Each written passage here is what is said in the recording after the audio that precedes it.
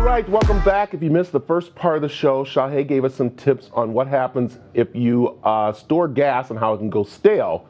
But now he's telling us how to save money at the pump.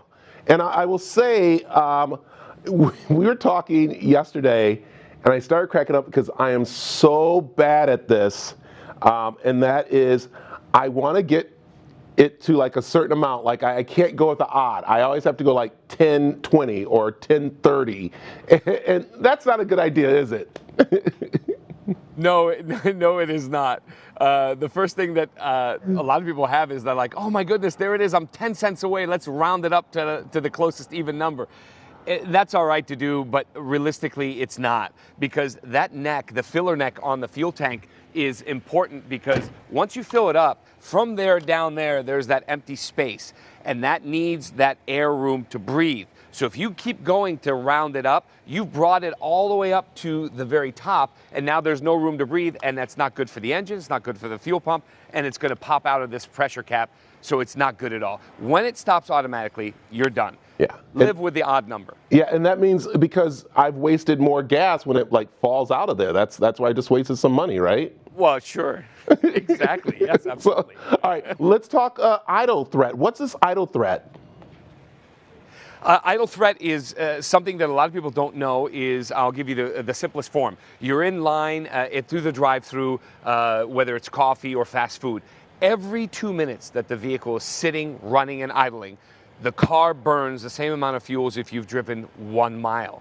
So if you're 6 cars deep, do the math, and then you do that 4 days a week, 5 days a week at the end of the week, that's a quarter tank. Park the car, walk in. Sitting at idle for a long time, if you're in traffic or God forbid there's an accident and you know you're just not going to move, just turn the vehicle off. A lot of people have the misconception that starting and turning off the car burns more fuel. Absolutely not. Actually, that's the least amount of fuel that you burn. Sitting at idle is the most burnt fuel. Okay, I like that. Okay, you're telling me that I shouldn't think that I am in a drag strip when I'm at the stoplight and I gun it to just get past people. That's not the smart, right? No, not your Jeep with another sports car. That would not be a good idea. You want to be sensible. I mean, obviously, aggressive taking off and aggressive stopping, that combined, if you do that in a 15-mile period, you could almost burn 6% of your fuel economy overall in the tank of what it's designed for. So yes, it's not good to be aggressive, stop and go. Take it easy, take your time, especially now with what's going on. We all need to be a little bit more calmer and more at peace. All right, lightening up, what's that?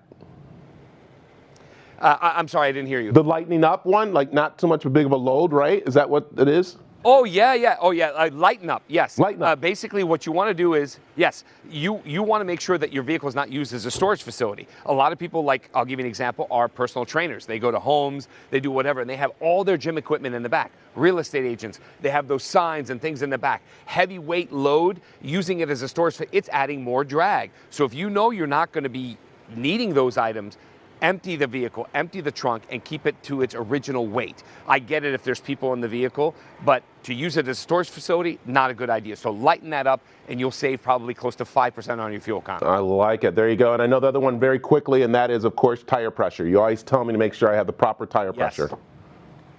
Absolutely. Tire pressure is crucial. It'll be the tire pressure that's on the tire, remember, is designed for the max pressure, not the design pressure it's supposed to be. That'll be on the door jamb. When you open up the door, it'll be on a sticker. It'll tell you the exact seat. So follow that and not the pressure on the tire, because that's for max.